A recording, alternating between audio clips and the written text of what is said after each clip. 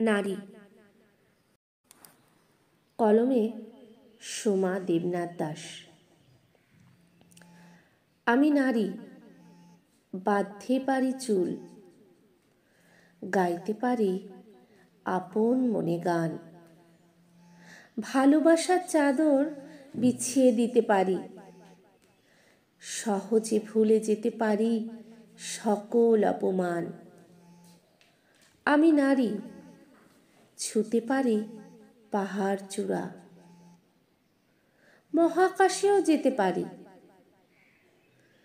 অবকাশ নেওয়ার সময় যে নেই, কারণ আমি এখন সীমান্তের প্রহরী।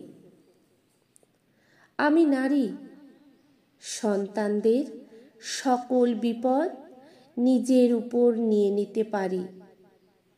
সন্তানরা হাসি মুখে থাকবে বলে নিজের সকল সুখ ভাসিয়ে দিতে পারি। আমি নারী, সব পারি, সৃষ্টি ধ্বংস এমনকি রঙ্গমঞ্চ। সমাপ্ত। লেখক সোমা দেবনাথ দাসের স্বরচিত কবিতা নারী আমি পাঠ করবার চেষ্টা করেছি। ওনার লেখা যে খুবই সুন্দর তাতে কোনো সন্দেহ নেই, কিন্তু কেমন পাঠ হয়েছে বুঝতে পারছি না। আপনারা কমেন্ট করে অবশ্যই জানাবেন।